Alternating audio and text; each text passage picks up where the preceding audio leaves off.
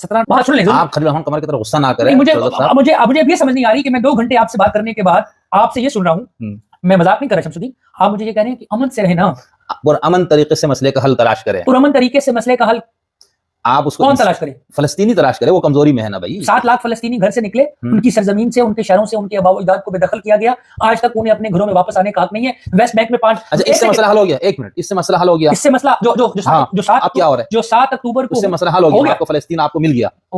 ایک منٹ نا, آپ بھی تو ذرا لوجک سے بات کیجیے. آپ لوجک لینے کو تیار نہیں. آپ جو ہے وہ ایک پارٹی کی حمایت میں, دیکھیں میرا تو کوئی مسئلہ یہ مذہبی یہ وہ ہے ہی نہیں, انسانی مسئلہ ہے یہ, ٹھیک ہے نا. آپ انسانی مسئلے کے طور پر انسانی مسئلہ ٹھیک ہے. اس انسانی مسئلے میں مجھے یہ نظر آ رہا ہے کہ آپ نے ایک سوئے ہوئے شیر کے دم کو پاؤں رکھا, اس شیر نے پلٹ کے ایسا درندہ تھا وہ. مجھے یہ نہیں سمجھ آ رہی یار اس سے پہلے کیا ہو رہا تھا نا, آپ پرامن حل کے, جیسے وحید الدین خان جو مسلم انٹلیکچوئل میں بہت بڑا نام ہے, ان کی ڈائریاں پڑھے جب وہ فلسطین سب دوروں سے کر کے آئے, وہ یہی بات ہوتے ہوئے کشمیر کا مسئلہ بھی کیا تھا, آپ لوگ جا کے یہاں سے مجاہدین پالے ہوئے تھے, وہ ایک فوجیوں میں سے کسی